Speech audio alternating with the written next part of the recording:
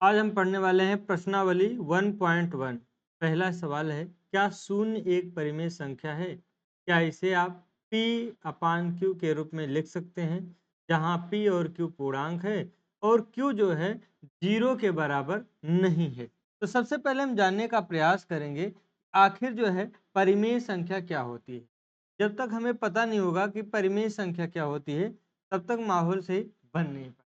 हम जानेंगे कि आखिर परिमेय संख्या क्या होती है। परिमेय संख्या जानने के लिए इसकी डेफिनेशन पे चलते हैं। परिमेय संख्या यानी रेशनल नंबर क्या होती है, परिभाषा है कि वह जो p वह संख्या जिसे जो है p बटे q के रूप में हम लिख सकते हैं। इसके रूप में p बटे q के रूप में लिख सकते हैं। तो फेस हमारा नहीं दिख रहा है, बट आपको कंटेंट पूरा दिख रहा होगा, राइट। जो p अपान q के रूप में लिख सकते हैं, जहां p और q दोनों पूर्णांक है, q जो है 0 के बराबर नहीं, वह संख्या परिमेय संख्या कहलाएगी। जैसे उदाहरण ले लेते हैं, एक एग्जाम्पल ले लेते हैं, जैसे 2/3।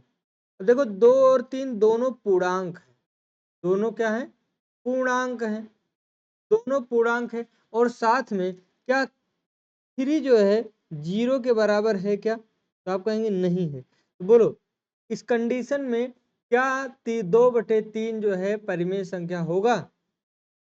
तो आप कहोगे सर होगा, बिल्कुल होगा। तो जानते हैं, इसके हल को समझने का प्रयास करें। शून्य एक परिमेय संख्या है। मान लीजिए हमने मान लिया कि भैया शून्य एक परिमेय संख्या।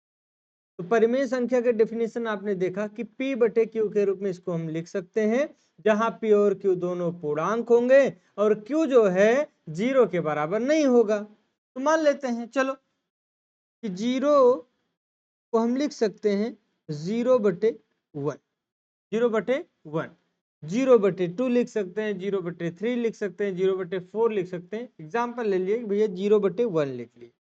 अब एक बात बताओ, परिमेय संख्या को दर्शाने के लिए केवल नीचे का q बराबर 1 है, क्या q बराबर 0 है क्या? तो आप कहेंगे नहीं। अगर नहीं है तो बोलो ये जो है परिमेय संख्या हुई? तो आप कहेंगे 100% 0 1 क्या है, परिमेय संख्या है। 0 1 परिमेय संख्या है, राइट। चलो दूसरे प्रश्न पे चलते हैं। दूसरा प्रश्न जो है क्या कहता है, 2/4 3 और 4 के बीच में 6 परिमेय संख्या ज्ञात करो। कितना? 6 परिमेय संख्या ज्ञात करो। तो सबसे पहले देखेंगे इसके बीच में 3 और 4 के बीच में क्या ज्ञात करना है? तो 6 परिमेय संख्या के बीच कितना, 6 परिमेय संख्या ज्ञात करना है। अब जितनी परिमेय संख्या ज्ञात करना है n बराबर 6, हम इसमें जोड़ देंगे 1, है ना। 6 + 1 यानी 7 हो, राइट। अब हमें किसके बीच में ज्ञात करना है? 3 और 4 के बीच में।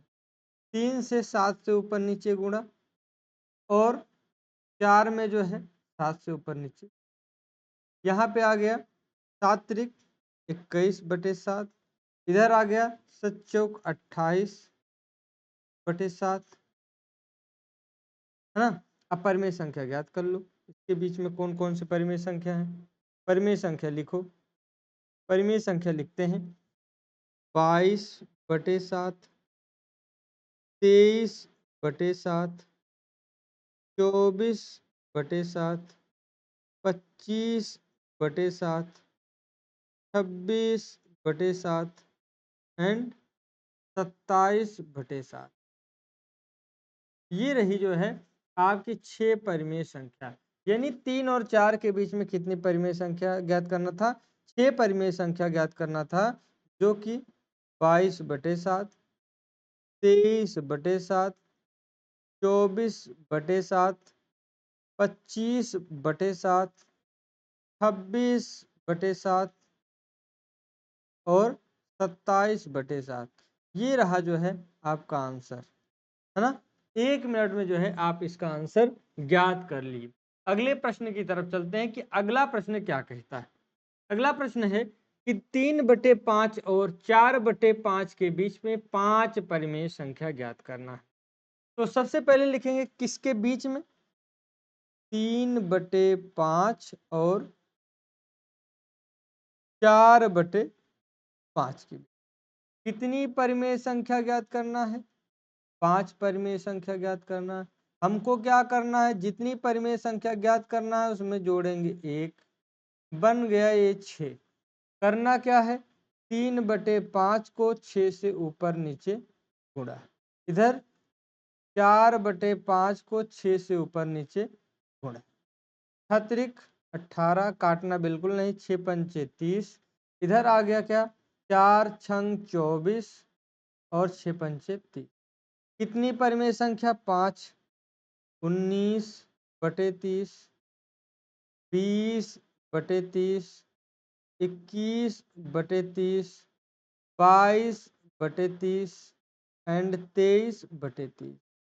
बोलो आ गया ना, आंसर क्या आया, 19/30, 20/30, 21/30, 22/30, 23/30। ये आपका आंसर आ गया, ये आपका आंसर आ गया। बोलो समझ में आया, समझ में आया। चलो आगे बढ़ते हैं।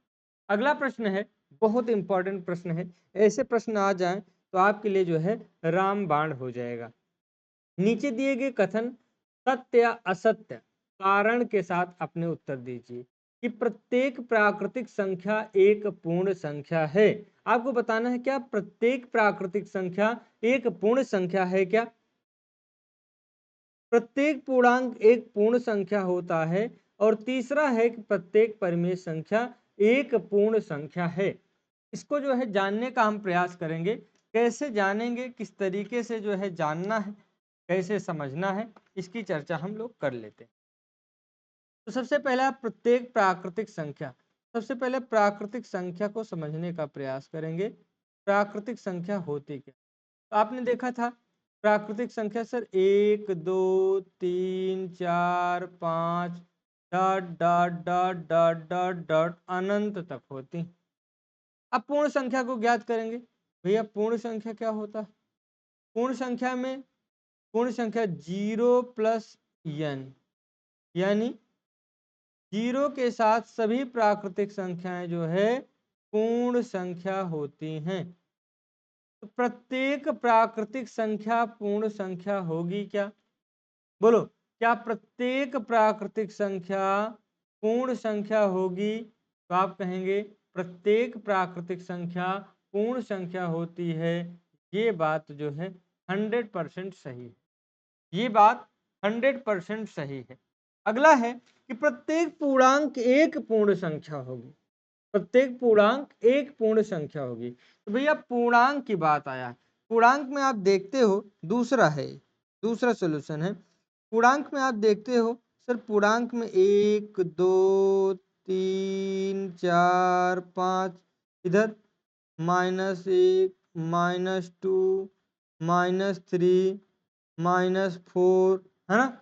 साथ में कभी कभी पूर्णांक में भी लिख देते हैं 0 1/2 2/2 2/3, ये भी तो पूर्णांक है।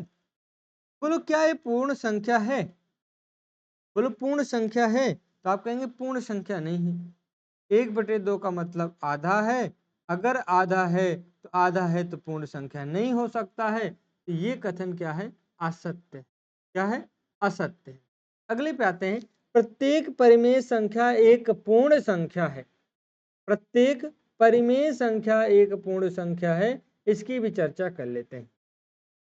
प्रत्येक परिमेय संख्या एक पूर्ण संख्या है, इसको जानने का प्रयास करेंगे। कैसे जानेंगे हम, कैसे जानेंगे हम, इसकी चर्चा हम लोग कर लेते हैं। जैसे मान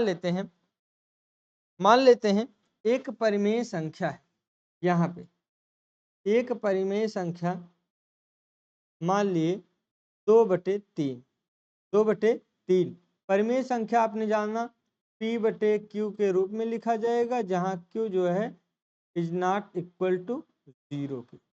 ठीक है, अब 2/3 क्या 0 के बराबर है, नहीं है। परिमेय संख्या है। एक बात बताओ, परिमेय संख्या है, ठीक है, दूसरा परिमेय संख्या 1/2 लिख दिए, ये भी परिमेय संख्या है। क्या ये पूर्ण संख्या है? 1/2 का मतलब क्या है? आधा। क्या आधा कभी पूर्ण हो सकता है क्या? नहीं हो सकता है। ये भी कथन क्या हो जाएगा? असत्य हो जाएगा। क्या हो जाएगा? असत्य हो जाएगा। क्या हो जाएगा बबुआ? असत्य हो जाएगा। आगे बढ़े, आगे बढ़े, चलो आगे बढ़ते हैं। हम देखेंगे संख्या रेखा। देखिए संख्या रेखा को समझने के लिए कई सारे इस चैप्टर से रिलेटेड कुछ कंसेप्ट हैं, उनको जानने का प्रयास करेंगे। तो आपके लिए जो है ये आगे का जो क्लास है आपके लिए 4 चांद हो जाएगा।